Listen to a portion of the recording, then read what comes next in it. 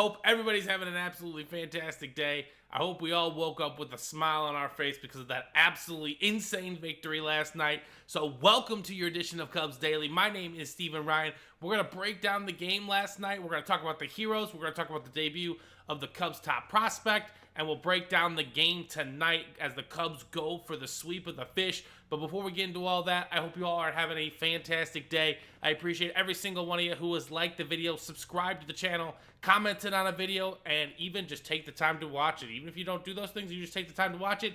I 100% appreciate you, and I hope you guys all have a fantastic rest of your week, month, year, etc., etc. But like I was just saying, I woke up on the right side of the bed because the Cubs stole one from the Fish last night, 5-4. I love walk-offs at Wrigley. It's one of the best joys of my life.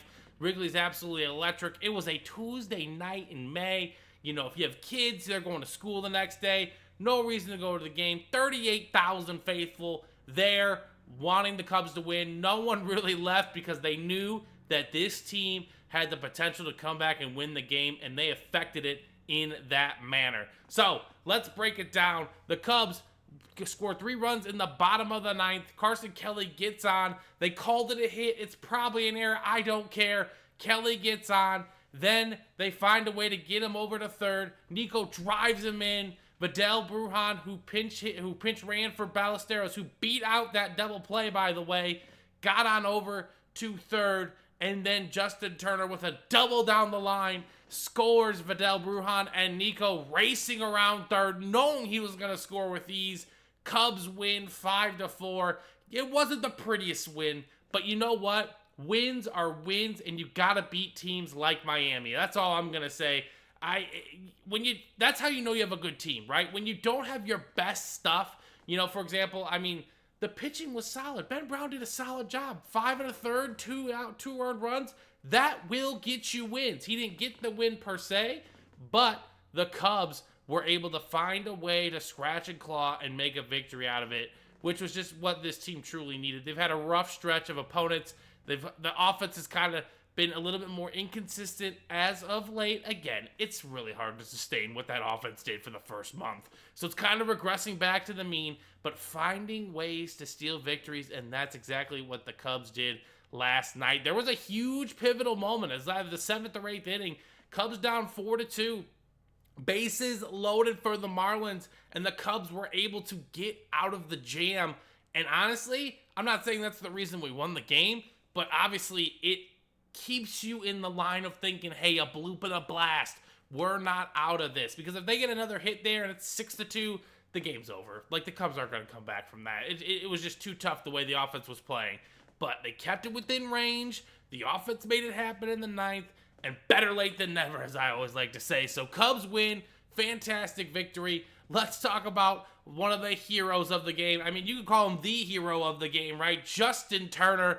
Let's just remember, he has been struggling, okay? Again, he's 40 years old, so cut the man some slack. He's been a professional hitter his whole entire career, though. I believe it was like the first 120 games with the Mets, he's hit like 263. Ever since then, ever since he became a Dodger and so on, 288. He's been a consummate hitter. He's a playoff hitter. He is the total package. He's not going to be in the Baseball Hall of Fame, but he's a really, really good baseball player. And again, when you don't get consistent bats in baseball, you're going to struggle. Let alone when you're a 40-year-old and you're not getting consistent at bats. So either way, I'm very happy for Justin Turner. A big breakout last night. Hopefully that is the thing that could get him going in the sense. We're paying him to basically be a pinch hitter and a plug-and-play guy. Plugged him in the lineup. Big-time double. Nico scores from first. Cubs win. Cubs win. That's all we like to hear. Because this whole week, let's just be honest, I might not have ever said it personally, but I thought about it. The Cubs should have DFA'd him. Hey, we need to make room for another player like Ballesteros or something. We need a spark of some kind. Well, the Cubs made their moves. They didn't cut him. They're giving him the benefit of the doubt because he's proven it over a long period of time. He can hit the baseball. Yeah, it's not the same. He's 40 years old. But when push comes to shove, I truly would trust Justin Turner probably in the top 5 or 6 of Cubs hitters if I needed a run to be driven in. I'll say that out loud. Top 6 hitters on this Cubs lineup, I would probably pick Justin Turner, right? I would love, Kyle Tucker, Seiya Suzuki, Nico Horner, Dansby Swanson. I'm loving the development of PCA as well. But Justin Turner's been doing it for so long, and honestly, he truly deserved what he got last night. He's earned it for this Cubs team, and this team definitely needed it. That's the beauty of a good team right there, is you got guys all over the roster that can get you that big hit, and this team has that. A very good win. I know. I could see it in the comments already. It's the Marlins. Relax. Again, when you don't have your best stuff, finding ways to win ball games is a key sign of a really good ball club. And again, that's what I like to see from this Cubs team specifically. So shout out to Justin Turner. Big time hit yesterday. Now, another part of this lineup, let's break down Ballesteros and his impact on the victory. You're like, Steven, how did he impact the victory? Well, he did go 0 for 4. I will say this, though. He made contact on every single pitch. And the way, I don't know how to explain it, but the way I saw him approach the ball at the plate, like, for example, that first AB, he swung at the second pitch. He saw that pitch. He saw it really well. He just didn't make the contact with it that he wanted to. So he grounded out weakly to second. But he is seeing the baseball well. I'll say that much. It's not too fast for him. The game's not too fast for him. He'll square it up. He's going to figure it out. I am not worried about him at all. But in his last AB last night, he did hit a slow roller, and he beat it out to first, avoiding the double play. Now, the Cubs didn't get to 2 outs, so it was never really like a nervous thing. But that could have killed the inning, right? If that was a double play, yeah, Carson Kelly's on third, but then you need a big swing of the bat from Nico to tie the game. But instead, Ballesteros beats it out.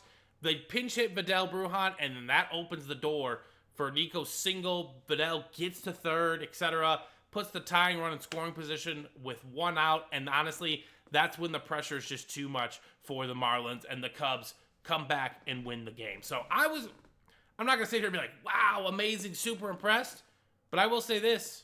I'm not concerned by any means about his debut. Yeah, he didn't get a hit, but that's not the key sign here. It's about consistency at the plate, and he looked good at the plate. He looked comfortable at the plate. Some guys get up there and be like, oh, I've never seen this before. He's seen it. I'm not worried about him. He's been just too good of a hitter for too long in those minor leagues for him not to be successful at the big league level. So, Game 3 is tonight. The Cubs are going for the sweep of the Marlins, and honestly, I have the expectation that we will sweep the Marlins, okay? We should sweep this team. We're going to take the day off, and then we're going to play the Southsiders on Friday. We need to take care of business tonight, ladies and gentlemen. Jameson Taillon going on the bump for us versus Ryan Weathers. No reason this Cubs team can't get a sweep and have a nice, enjoyable day off tomorrow. Curious to see how we react. Again, this is where the emotion comes into, right? Emotional victory yesterday. How do we react? How do we bounce back? A couple of the more recent, emotional victories the Cubs have had, they bounce back well. They do seem to react well to it. They don't let it deter them off their main goal. And again, I will say this with full confidence. This is the stretch where the Cubs can really start to create some distance in that NL Central. So, if hopefully Jameson Taillon can bring his good stuff, maybe even get his confidence right, that's more important, right? When you're facing these lesser teams like the Marlins, if he can pitch well, go 6 or 7 innings, strike out 6 or 7, no walks, minimal pitching, give the bullpen a little bit of a reliever, boom. That's going to be a huge victory for Taillon down the line this year. So this is the stretch where the Cubs really need to make some ground, not make ground because they're ahead, but put some separation in the NL Central. So I will be back tomorrow with another video, hopefully another victory recap here on Cubs Daily. But otherwise, I hope you all have a fantastic day. And remember, I want to hear your comments about his debut, Mr. Ballesteros. I'm excited to watch him tonight. I bet he gets his first big league hit tonight. And I hope you all enjoy the game. I will talk to you guys soon.